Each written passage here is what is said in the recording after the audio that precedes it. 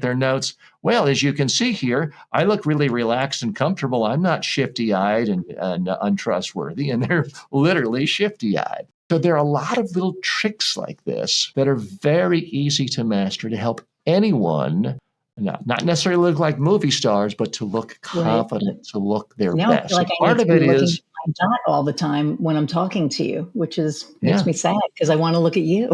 Yeah. Because I do it all the time. And part of it is just having a little bit of a smile on your face. I don't mean a big phony fake TV evangelist smile. I mean just a little bit of a smile, because most of us, when we're listening to someone, our face goes blank.